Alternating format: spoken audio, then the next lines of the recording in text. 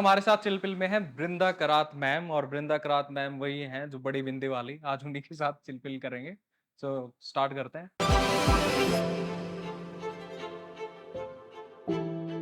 Heritage लिक्योर्स of Rajasthan के ऊपर बना है, जो प्रिंसली स्टेट्स में जो लिक्योर होती थी उसके ऊपर में। जो शोषण करते थे वो भी बनाए हो। अब वो वो कोई फाइनेंस स्टार्ट करेगा नहीं ना, वो फाइनेंस ही नहीं कर सकते, नहीं, हमारे फिल्मों को यही जो नहीं कैपिटलिस्ट फाइनेंस कर कैपिटलिस्ट सकते वाले लोग हैं, बस यही। नेचुरली। हाँ पैसा तो उन्हीं के पास है। तो देखते भी कम है, पता है। वही वही है। लेकिन शाहरुख का क्या हुआ, जवान ने उन्होंने तो कमाल कर लिया। नहीं, वो इतने अच्छे डायरेक्टर हैं एटली, और मतलब अच्छा काम किया है उन्होंने, और इतने पैसे कमाए। चलो स्टार्ट। ओके चलो चलो भाई। Okay okay, roll roll roll, action. Okay, so this is Aditya Sangwan, you are watching the Iver, and today we have former Miss Miranda House with us. जो यहीं से शुरू कर रहे हो। With her trademark red bindi and beautiful big eyes. Warm welcome. कैसे आप? Welcome क्या, अगर वेलकम करते हो तो शुरू में ही ऐसे गुगली फेंक दी, मुझे याद ही नहीं है वो। कि आप वो मिस मिरांडा वाला आपको याद नहीं है? मतलब याद नेगेटिव रूप में है। क्यों? क्योंकि अगर थोड़ी सी भी अक्ल होती मुझे, मैं 15 साल की थी, हम्म कभी भी नेवर मैं कोई ब्यूटी कॉन्टेस्ट, क्योंकि उसके कुछ ही सालों के बाद हमारी समझ में आए कि ये ब्यूटी कॉन्टेस्ट इस तरह एक मेल गेज के आधार पर जो औरतों को दिखाई देता है, और beauty contest etcetera, such rubbish.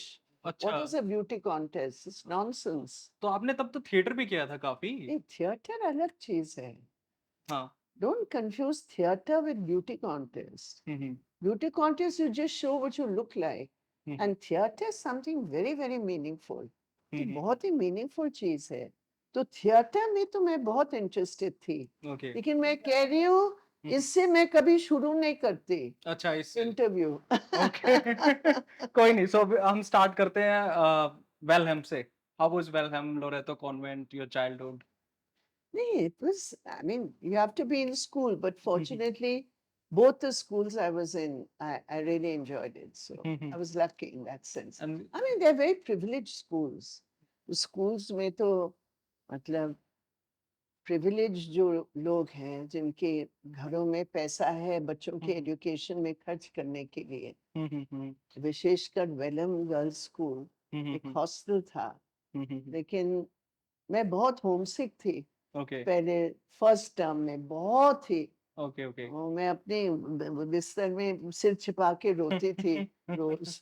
But yeah it was, I learned a lot in school, and more than that मैंने बहुत अच्छे दोस्त बनाए। Okay, so you are sort of a privileged kid at that time. Of course, no doubt about. Okay, so आपके father Punjab से थे?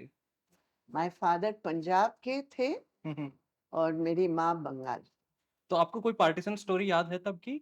मेरी पूरे फैमिली वहां से आए। मेरे फादर दरअसल पार्टीशन से पहले आए थे, ओके। तो वो कॉलेज के बाद लाहौर कॉलेज में पढ़ते थे। वो सब लाहौर कॉलेज में जितने हमारे चाचा सब थे और मेरे फादर लाहौर कॉलेज में पढ़ते थे, और मेरे जितने आंट से बुआ जी वो सब वहाँ थे। लेकिन मेरे फादर कॉलेज के बाद आ गए थे। ओके मतलब वो तो पार्टीशन के बहुत साल पहले आ गए थे, क्योंकि उनकी शादी 39 में हुई ओ माँ के साथ, तो ओके ओके। वो तो 10 साल पहले आ गए थे। अच्छा अच्छा। तो उनका कोई डायरेक्ट एक्सपीरियंस नहीं था। लेकिन हाँ, हमारे परिवार के जो और लोग थे जो बाद में आए और जो पार्टीशन की पूरा पीड़ा का वो मिसाल थे, और जिनके माँ बाप का जिंदा जो है वो अनुभव रहा, वो तो हमारे परिवार के साथ कहानियों में वो सब जुड़े हुए हैं। ओके, हमारे इतिहास में वो सब जुड़ा हुआ है। तो आपका कभी और मन? हमारे जब आए तब रेफ्यूजी कैंप्स में रहे। अच्छा अच्छा। तो आपका कभी मन हुआ, लाहौर वगैरह गए आप? लाहौर कभी वहां पुराना मन देखने? बहुत है जाने का, अच्छा, आप कभी कभी नहीं लेकिन गए? एक बार भी नहीं जा पाए। पाकिस्तान गए नहीं हो अभी आप, अभी तक आप? ओहो। ओके। एक बार एक इनविटेशन, जब मैं मेंबर ऑफ पार्लियामेंट बनी तो कोई इनविटेशन आया था हमारे लिए डेलीगेशन में? डेलीगेशन में, लेकिन हम्म। अभी मुझे याद नहीं है क्यों, लेकिन हम लोग नहीं जा पाए। Okay, okay. तो आप न जब मिरांडा हाउस में थे, तो आपका जो ये पूरा का पूरा एक्टिविस्ट और कम्युनिज़्म वाला जो कुछ नहीं था। कुछ नहीं था, तो आपकी कोई टीचर थी शायद, उन्होंने देवकी नहीं, देवकी जैन हमारी इकोनॉमिक्स की टीचर थी।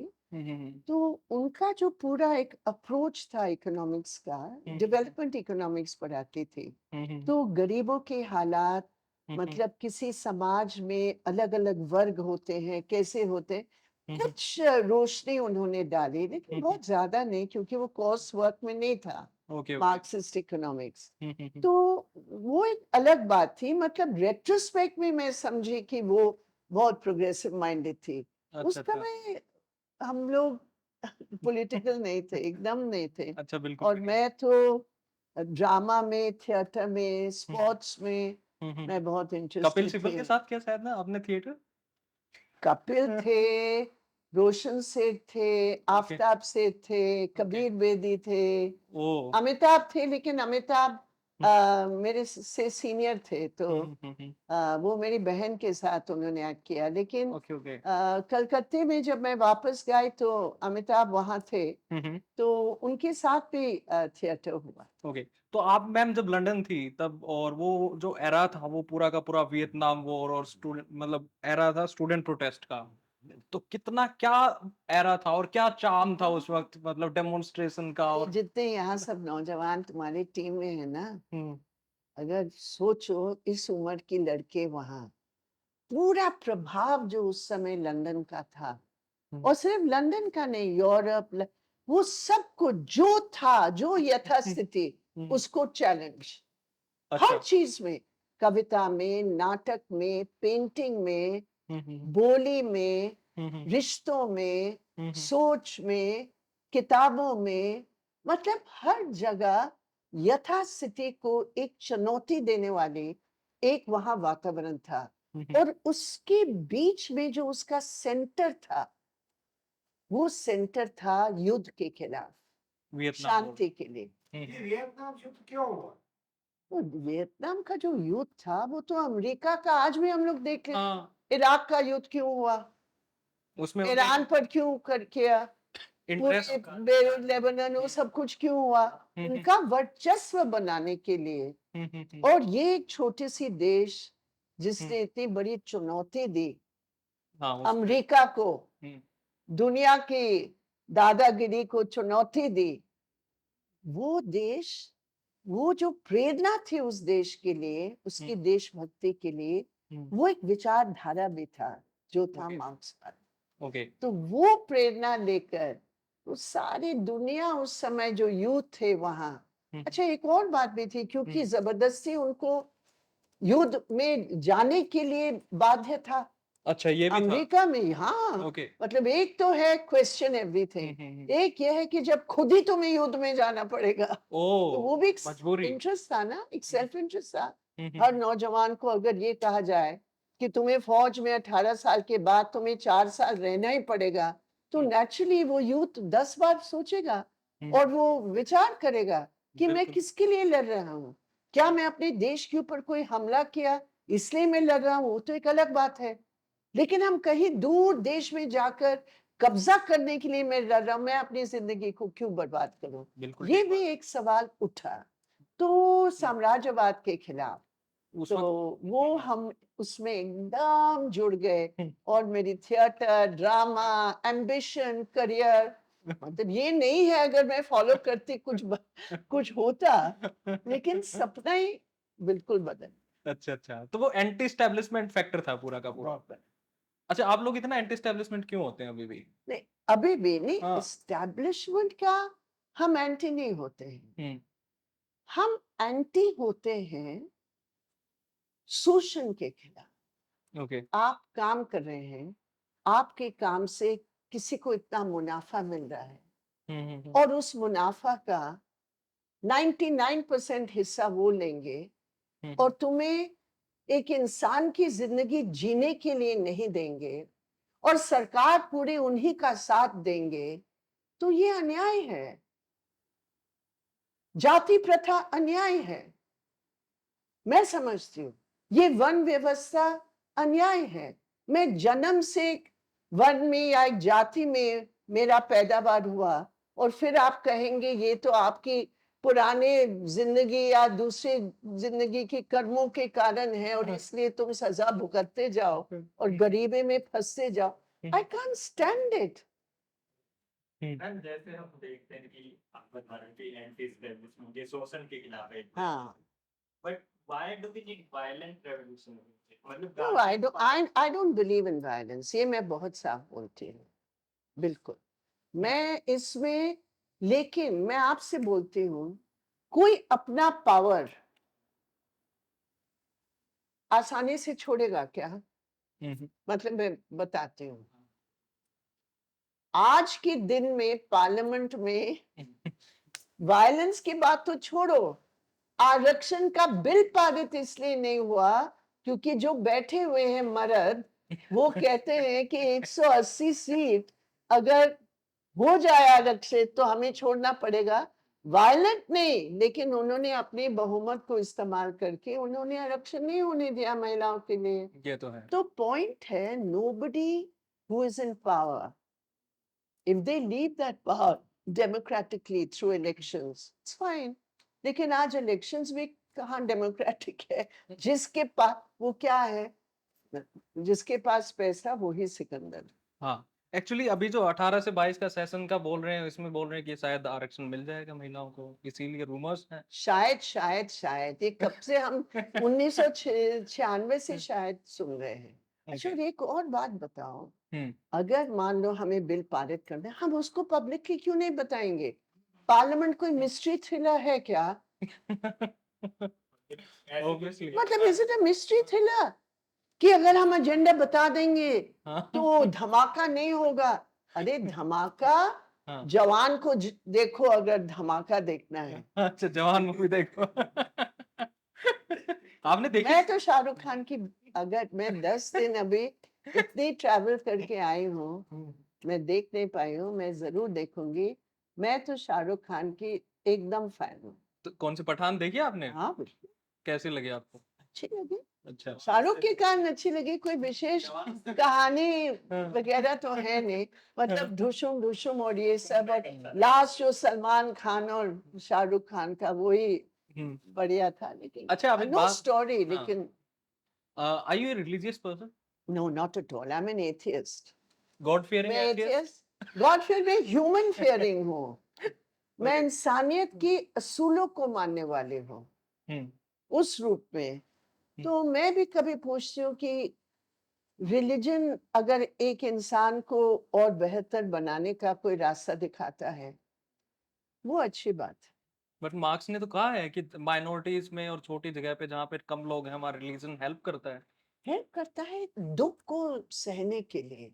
हम्म मतलब रिलीजन, उन्होंने कहा कि गरीब का जो हा निकलता है ना, आहा, जो गरीब की जो आवाज निकलती, साय ऑफ द ऑप्रेस्ड, हम्म धर्म जो है उनको एक दूसरी दुनिया दिखाती है और एक आशा पैदा करती, लेकिन है तो माया सब कुछ। क्योंकि जो हकीकत है, I know you are talking like a saint. जो हकीकत है ना, जो अच्छा, आप हकीकत है ना, ये वो हकीकत कुछ और चीज होती है। ओके, डज 21st सेंचुरी, मैं तो एकदम एथियस्ट हूँ। ओके, मैं भौतिकवाद में, भौतिक मतलब जो है मटेरियलिस्टिक, साइंस में मैं विश्वास करती हूँ, और मैं इंसानियत में विश्वास करती हूँ, तभी तो मैं कम्युनिस्ट हूँ। ये तीनों चीज का मतलब कम्युनिस्ट। लेक्चर देख रहा था, तो हम उन लोगों को बात कर रहे थे कि जो मार्क्सिज्म का जो अल्टीमेट गोल है वो है इमांसिपेशन ऑफ पीपल। बट एक तरीके से देखते हैं हम जो रिलीजन है, कई रिलीजन का भी अल्टीमेट गोल भी है कि इमांसिपेशन ऑफ पीपल।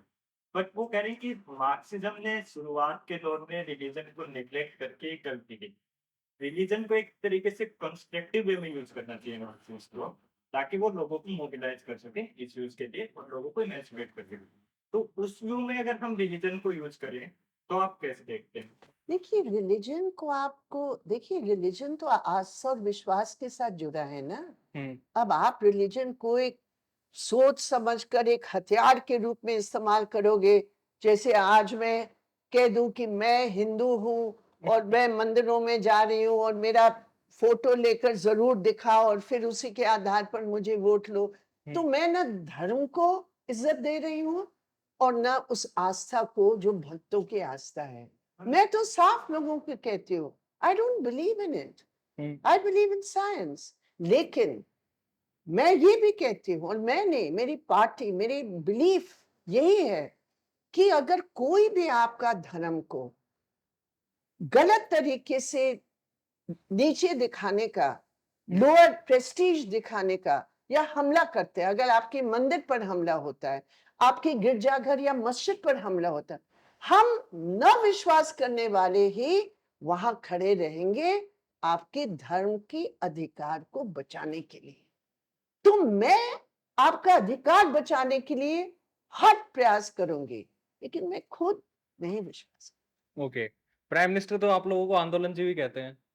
हम आंदोलनजीवी है, मोदी जी ने हमें परजीवी पता मोदी नहीं जी क्या ने क्या। हमें एक बैज दे दिया है, हम बैज हैं, हम नफरत जीवी नहीं है। अच्छा अच्छा। आंदोलन जीवी है, हाँ। नफरत जीवी नहीं है, ओके। हत्या जीवी नहीं है, लिंचिंग जीवी नहीं है, झूठ जीवी नहीं है, जुमला जीवी नहीं है, हम आंदोलन जीवी। And you said bulldozer is not a machine, it's a sign of Hindutva. देखिए, बुलडोजर मैंने तब कहा था जहांगीर। जब लोग जहांगीरपुरी में जब हम लोग कोर्ट ऑर्डर लेकर गए, है ना, उस कोर्ट के ऑर्डर ने क्या कहा कि भाई आपने ड्यू प्रोसीडियर नहीं किए। मैं कहती हूँ अगर मेरा एक इतना बड़ा मकान है, जो इतने बड़े बड़े मकान सैनिक फार्म में या कहीं कहीं बड़े बड़े इलाके में है, या बम्बई की सेंटर में सबसे बड़े पूंजीपति का मतलब 20 मंजिला मकान है, that could be illegal, people से, आई डोंट नो, लेकिन वहां तो बुलडोजर आप नहीं लगाएंगे ना। तो यहाँ बिगैर ड्यू प्रोसेस का आपने लगा लिया, सो दैट इज रॉन्ग, गैर कानूनी है। आपको क्या करना, आप ड्यू प्रोसीजर करके आप कीजिए, लेकिन आप गरीबों को कर रहे हैं, और गरीबों में आप मुसलमानों को कर रहे हैं। आप ऐसे क्यों करते हैं? अगर मैं अपराधी हूं, आप मुझे जेल भेज दो, आप मेरी माँ की छाती पर आप क्यों चला रहे? So my point is the bulldozer has become a symbol for what? For lawlessness. Okay. और फिर for communal anger. ये अच्छी बात है।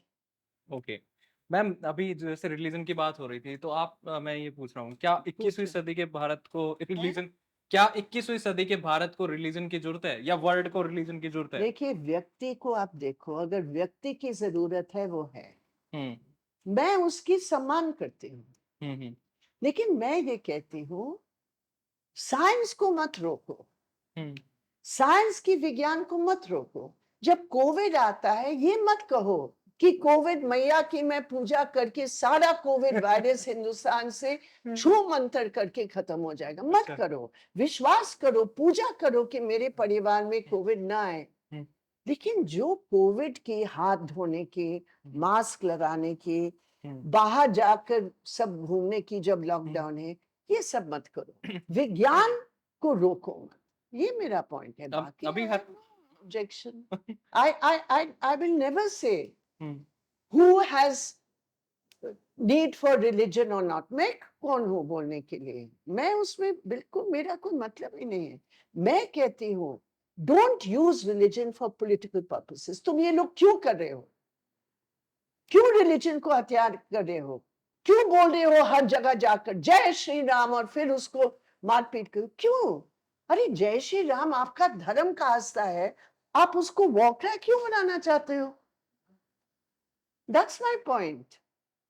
I don't confuse this with people's belief in religion. That is their right, and we will always defend that right. Okay, अभी जैसे आपने कहा कि एनडीए जो है, उनके अलाइज तो सीबीआई और ईडी हैं, उनको होना चाहिए उनकी मीटिंग्स में। मैं कहती हूँ ऐसे गठबंधन इनका बना है ना, ये G20 वाले आए ना, मैं कहती हूँ अगर इनको कुछ सीख कर जाना था डेमोक्रेसी को कैसे ट्विस्ट करना है, ट्विस्ट करना है, तो वो लेसन अगर दिया जाता मुझे लगता है बहुत ही कारगर होता है. Mother of democracy has got the mother of allies by using ED, CBI and IT. अब आप बताइए जितने केसेस लगे हैं वो सारे के सारे 95% केसेस ऑपोजिशन के हैं. और जैसे ऑपोजिशन बदल जाए और बीजेपी में आ जाए तब वॉशिंग मशीन लगाओ, अंदर घुसाओ और मंत्री निकालो. अब क्या हुआ, मैं तो कल परसों वहां थी महाराष्ट्र में. झारखंड. झारखंड तो कल थी, उससे अगले दिन मैं वहां थी. कहाँ? बॉम्बे में महिलाओं का बड़ा मोर्चा था. तो वहां हमारी बहन सुभाषी ने भाषण दिया और उसने कहा कि ये तो महाराष्ट्र दल बदलू की सरकार, ये लोग तो वो लेकर चलते वॉशिंग मशीन, इसी को घुसाओ और मंत्री बनाओ. ओके. बट मैम जैसे अभी आपने कहा, हाँ बोलो. आप लोगों का कोई अल्टरनेटिव विजन तो है नहीं. क्यों इंडिया केरला में इंडिया alternative वालों नहीं का दिख रहा? नहीं नहीं वो तो ठीक है. इंडिया हाँ इंडिया वालों का देखिए, मतलब पैन मैं इंडिया पहले लेवल पे तो बताती लीडरशिप तो मोदी जी ही दिखते हैं. और G20 में तो अब तो लोग बात कर रहे हैं कि इतनी बड़ी छवि बना दी देश की. ठीक है, लोग आए नतमस्तक हो गए बापू के सामने भी, मोदी जी के सामने भी. ठीक है, अच्छी. मैं हाँ. तो बहुत खुश हूँ देखो कि लोग बापूजी और महात्मा गांधी की नमन किया और उन्होंने प्रार्थना की. मैं बहुत खुश हूँ. ये वाकई में हमारे देश की जो देन है आजादी के लिए स्वीकार किया. और यही लोग हैं जिन्होंने हमें कॉलोनी बनाया. लेकिन पर्दे के पीछे अगर हम गॉडसे की मूर्ति बनाएंगे और हम अपने एमपीज को कहेंगे गॉडसे की पूजा करो, और हम कहेंगे जो गॉडसे के खिलाफ बोलेगा वो देशभक्त नहीं है, तो क्या है? तो जो छवि बाहर की है वो तभी सच होता है जब वो छवि जो हकीकत है उसकी छवि है. और अपने देश में आप बुलडोजर चला रहे संविधान पर और दुनिया को हम कुछ सिखाएंगे, ये अच्छी बात है क्या? मतलब कब तक चलेगा ये? एक दिन, 2 दिन, ज्यादा दिन तो नहीं चलेगा ना. देश का नाम बदल रहा, आप लोग क्या कर रहे हो? देश का तो इंडिया भी है, भारत भी है. हाँ? आपका क्या क्या क्या ओपिनियन है इस पे? नहीं, दोनों इंडिया है. भारत देखो दोनों. इंडिया एक ब्रांड है ना. इंडिया, हाँ, हम इंडियन है, भारतीय है. मैं भारत, जब हम लोग बात करते हैं पूरे हिंदी क्षेत्र में भारत बोलते हैं. हमारी पार्टी का नाम भारत की कम्युनिस्ट पार्टी मार्क्सवादी. तो भारत तो है ही, भारत को कौन छीन सकता है? तो लेकिन इंडिया को क्यों छीनना चाह रहे हैं? ये किस प्रोपेगेंडा का हिस्सा आपको लगता है, या ये कोई प्रोपेगेंडा है भी? अरे क्या बता सकते हैं. इनका कुछ सुबह कुछ सोच में आती है, हाँ. रात को वो कर लेंगे, अगले दिन सोचेंगे ये गलत है, कुछ और बोल देंगे. कुछ कह नहीं सकते हम. आप लेकिन मेरा पॉइंट है कि लेट इट हमारे दोनों नाम है, उसको रहने दो. बी. अब किसी ने कार्टून बनाया इंडिगो का, उन्होंने कहा इंडी मतलब ब्रांड कैसे बदलोगे? इंडी की जगह भाग लगाओ तो भागो. ये एक अच्छा जवाब था. ओके. मैम जैसे अभी हम बात कर रहे थे ऑल्टरनेट रीजन की बात कर रहे थे, तो आप कि केरला एक ऑल्टरनेट है. बट जैसे हम देखें, मैं अभी स्टडी कर रहा था क्रिमिनलाइजेशन ऑफ पॉलिटिक्स भी, तो उसमें हम देखें केरला में 60% से ज्यादा एमएलएस के खिलाफ क्रिमिनल केसेस. तो आप क्रिमिनल नहीं, ये स्टेटिस्टिक तो मैं नहीं जानती हूँ, लेकिन देखो मैं भी तब क्रिमिनल हूँ. मैं एक बात बता रही हूँ, कल मैं बॉम्बे में थी, परसों मेरे ऊपर केस लग गया क्योंकि हम लोगों ने वहां जुलूस निकाला आजाद मैदान के बाहर. तो उन्हें कह दिया पूरा कानून भंग और केस लगा दिया. मैं टेक्सटाइल वर्कर आंदोलन में थी, मेरे ऊपर 307 का मुकदमा लगा लिया. पुलिस से मुझे मारा और मेरे ऊपर 307 का मुकदमा लगा दिया कि ये मर्डर करना चाह रही थी पुलिस एसएचओ को. पॉलिटिक्स में ये जो क्रिमिनल केसेस लगाते हैं, मैं नहीं कहती हूँ सभी झूठ है, बिल्कुल मैं, लेकिन हम लोग आंदोलन जीवी लोग जो हम हैं, हम लोग, पुलिस हमारे ऊपर बहुत सारे केस लगाते हैं। तो जब हम एमएलए बनना जा रहे हैं या एमपी बनने जा रहे हैं, तो वो सारे केसेस का लिस्ट होता है।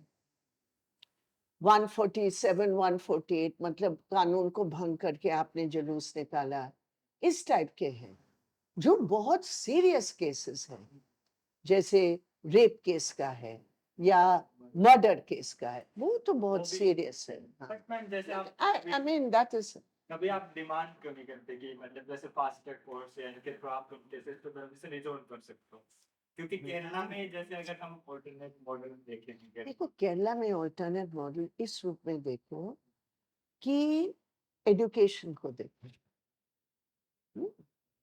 अभी अभी अभी पिछले हफ्ते पूरा दुनिया का जो इंटरनेशनल मापदंड हुआ, Kerala has been specially mentioned, क्योंकि एजुकेशन की सिस्टम, अभी हम स्मार्टफोन और डिजिटल का कहते हैं, हम लोगों ने एक सर्वे किया आदिवासी इलाके में, 92 to 93% आदिवासी पूरे देश में वो कोविड के समय, मतलब उनकी कोई पढ़ाई नहीं हुई, दे लॉस्ट 2 years और ड्रॉप आउट हो गए चले। केरला में बिल्कुल नहीं, क्योंकि वहां उन्होंने इंतजाम किया, वहां उन्होंने फोन का किया, टेलीविजन का किया, कम्युनिटी एजुकेशन का किया, बहुत कुछ किया, क्योंकि दिमाग में है, हेल्थ का वही है। तो कुछ ऑल्टरनेटिव जो है, मेरी शक्ल देखकर ऑल्टरनेटिव नहीं होता है, ऑल्टरनेटिव होता है जनता के हालात को देख। अब किसी भी जगह जाओ, कोई बाहर का लड़का अगर मजदूरी कर रहा है वहां, उसको मारपीट करके भगा देते हैं।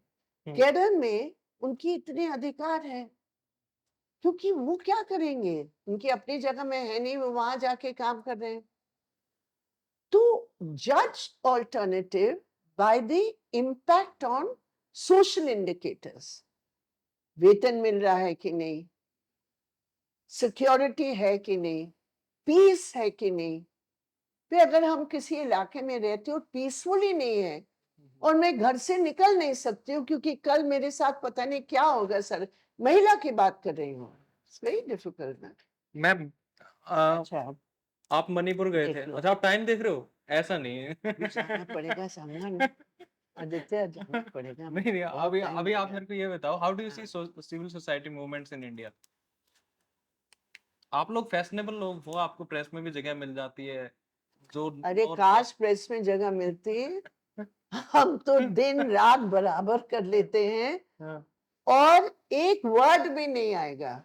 अब देखो वहां कल रांची में कितनी जबरदस्त हमारी आंदोलन थी, हाँ, हजारों की तादाद में आदिवासी आए, लेकिन नेशनल प्रेस में उसका एक शब्द नहीं।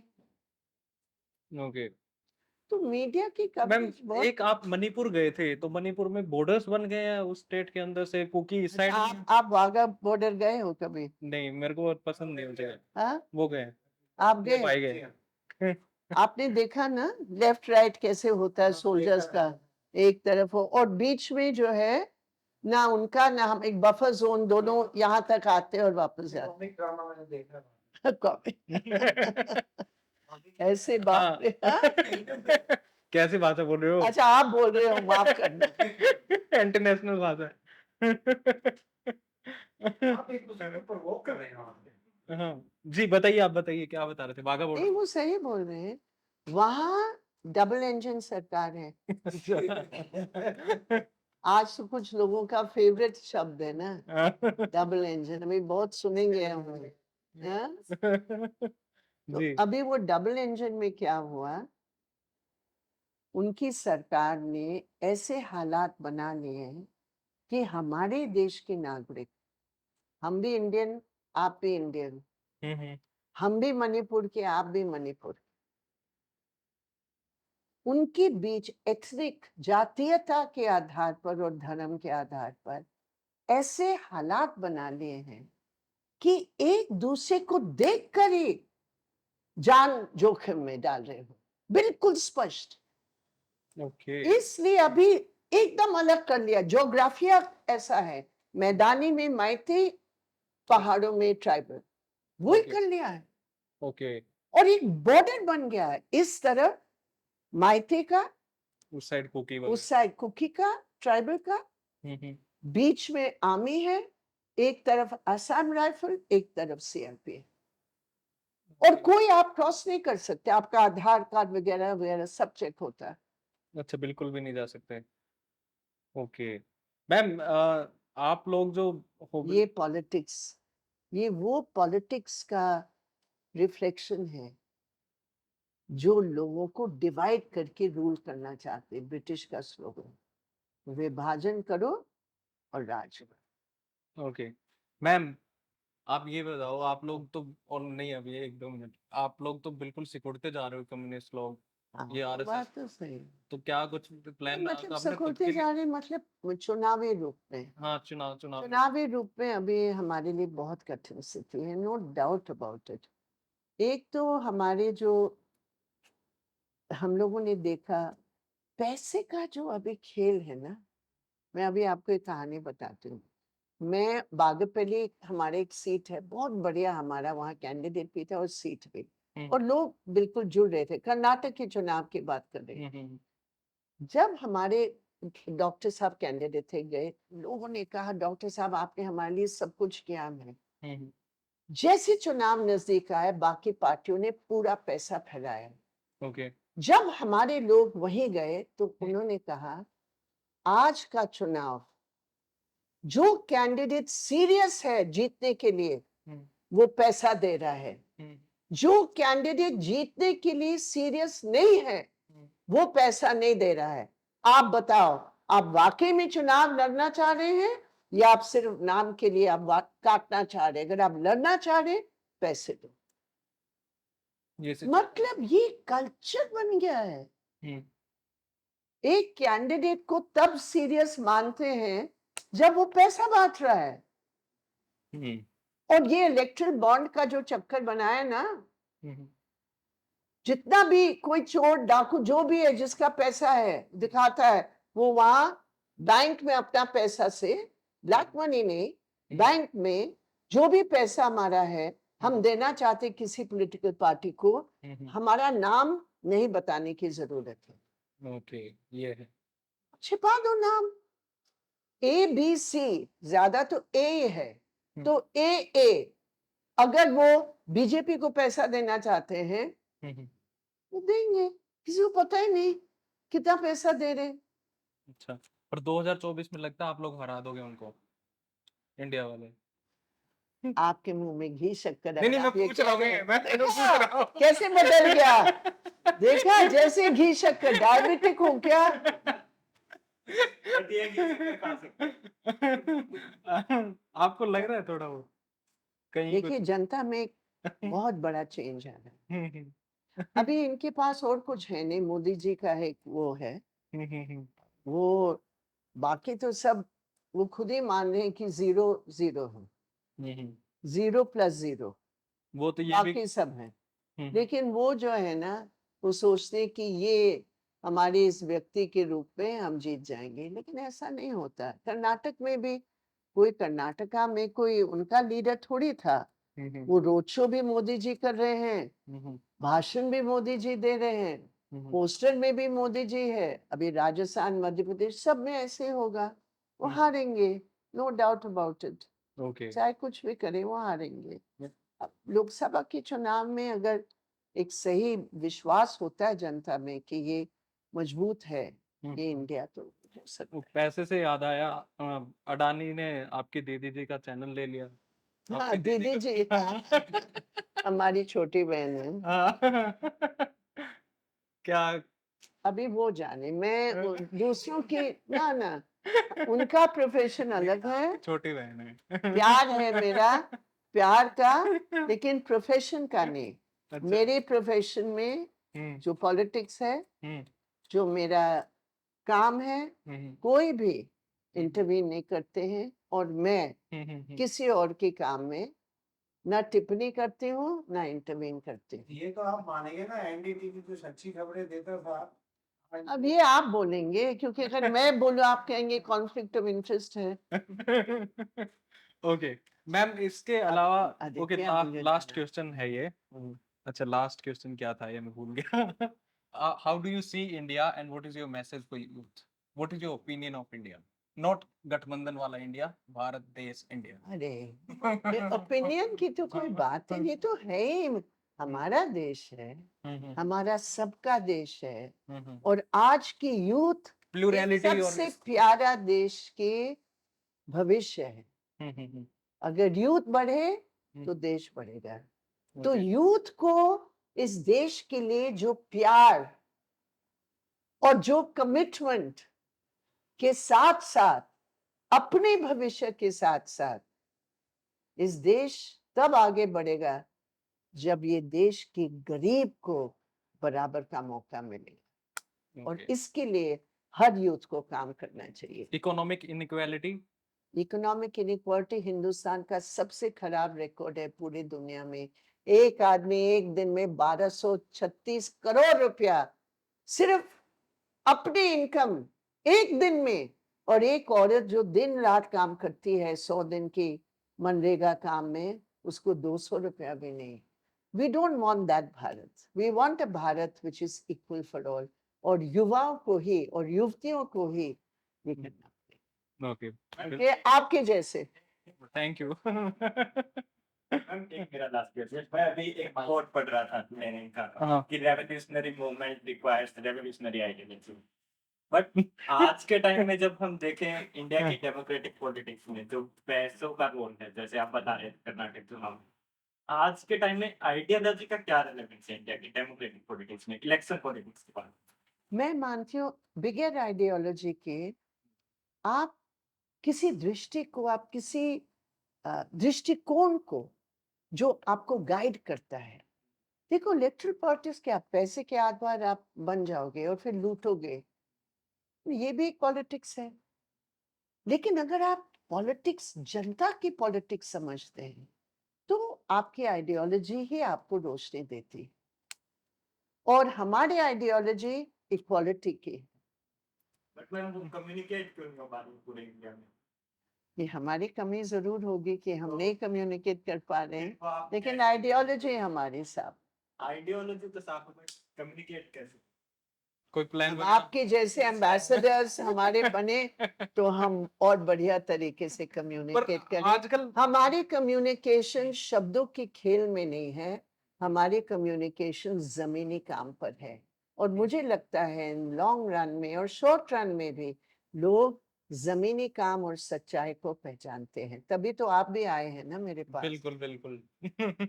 अभी इतने मीम वगैरह चल रहे हैं इन कम्युनिज्म के और उसके ऊपर, आप देखते हैं मीम वगैरह? हाँ देखते हैं। जैसे एक एक मीम मैंने पढ़ा था कि एक बंदा बोल रहा है, एक कोई कम्युनिस्ट बोल रहा है कि it is our social responsibility to help other countries but not hours.